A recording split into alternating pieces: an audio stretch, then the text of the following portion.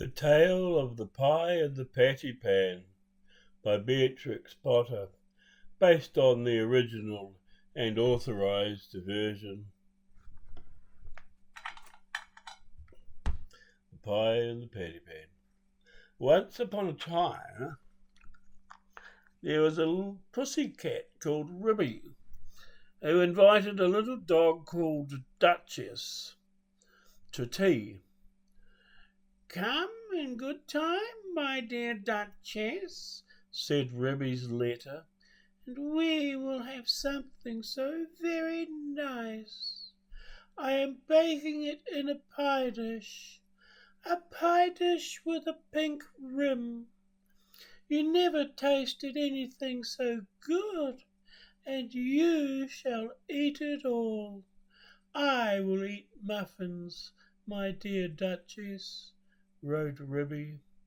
Duchess read the letter and wrote an answer. "I will come very punctually, my dear Ribby," wrote Duchess, and then at the end she added, "I hope it isn't Mouse." And then she thought that it did not look quite polite, so she scratched out "isn't Mouse" and changed it to "I hope it will be fine," and she gave her letter to the postman. But she thought a great deal about Ribby's pie, and she read Ribby's letter over and over again. "I am dreadfully afraid it will be Mouse," said Duchess to herself. "I really couldn't eat mouse pie, and I shall have to eat it because it is a party, and my pie was going to be veal and ham, a pink and white pie dish, and so is mine, just like Ribby's dishes. They were both bought at Tabitha Twitchit's." Duchess went into her larder and took the pie off a shelf and looked at it. "It is all ready to put into the oven, such lovely pie crust, and I put it into a little tin patty pan to hold up the crust, and I made a hole in the middle with a fork to let out the steam. Oh, I do wish I could eat my own pie instead of a pie made of mouse." In the larder. Duchess considered and read Ribby's letter again. "A pink and white meat dish, and you shall eat it all." You means me. Then Ribby is not going to even taste the pie herself. A pink and white pie dish? Ribby is sure to go out to buy the muffins. Oh, what a good idea! Why shouldn't I rush along and put my pie into Ribby's oven even when Ribby isn't there? Duchess was quite delighted with her own cleverness. Ribby, in the meantime, had received Duchess's answer, and as soon as she was sure that the little dog would come, she popped her pie into the oven.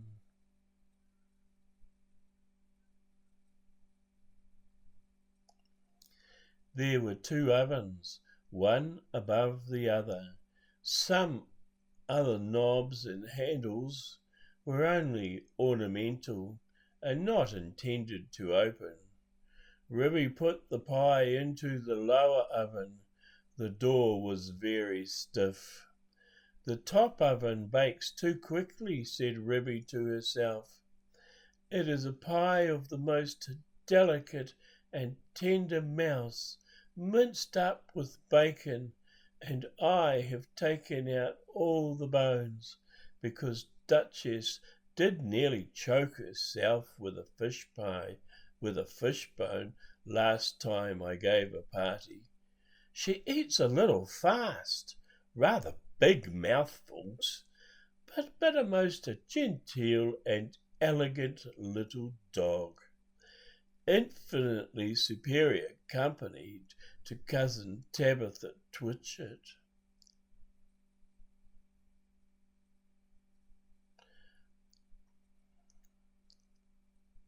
Ribby put on some coal and swept up the heart. Then she went out with a can to the well for water to fill up the kettle. Then she began to set the room in order, for it was the sitting room as well as the kitchen. She shook the mats out at the front door and put them straight. The hearth rug was just a rabbit skin. She dusted the clock and the ornaments on the mantelpiece, and she polished and rubbed the table and chairs.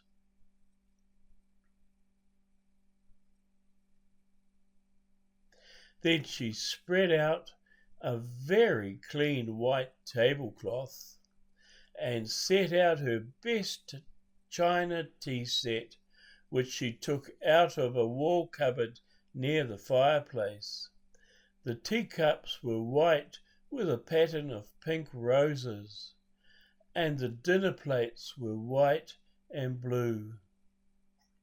When Ribby had laid the table, she took a jug and a blue and white dish and went out down the field to the farm to fetch milk and butter.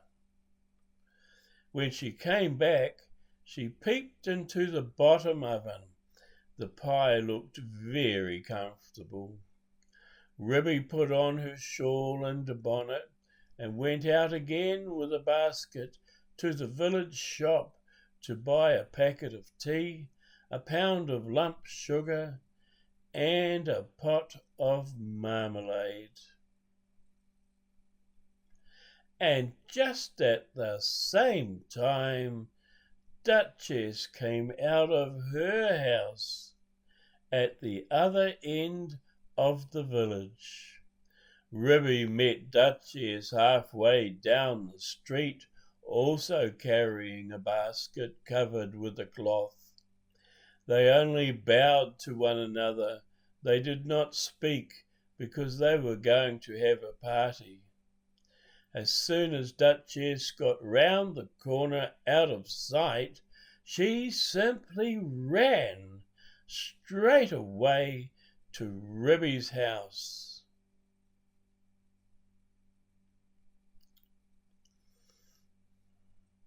Ribby went on to Timothy Baker's and bought the muffins. Then she went home. There seemed to be a sort of scuffling noise in the back passage as she was coming in at the front door. I trust that is not that pie. The spoons are locked up, however, said Ribby, but there was nobody there. Ribby opened the bottom oven door with some difficulty and turned the pie. There began to be a pleasing smell of baked mouse. Yum. Duchess, in the meantime, had slipped out at the back door. It is a very odd thing that Ribby's pie was not in the oven when I put mine in, and I can't find it anywhere. I've looked all over the house. I put my pie into a nice hot oven at the top. I could not turn any of the other handles. I think that they... Yes. Are all shams, said Duchess, but I wish I could have removed the pie made of mouse. I cannot think what she has done with it. I heard Ribby coming, and I had to run out by the back door. Duchess went home and brushed her beautiful black coat. Then she picked up a bunch of flowers in her garden as a present for Ribby and passed the time until the clock struck 4. It's in the bottom of it.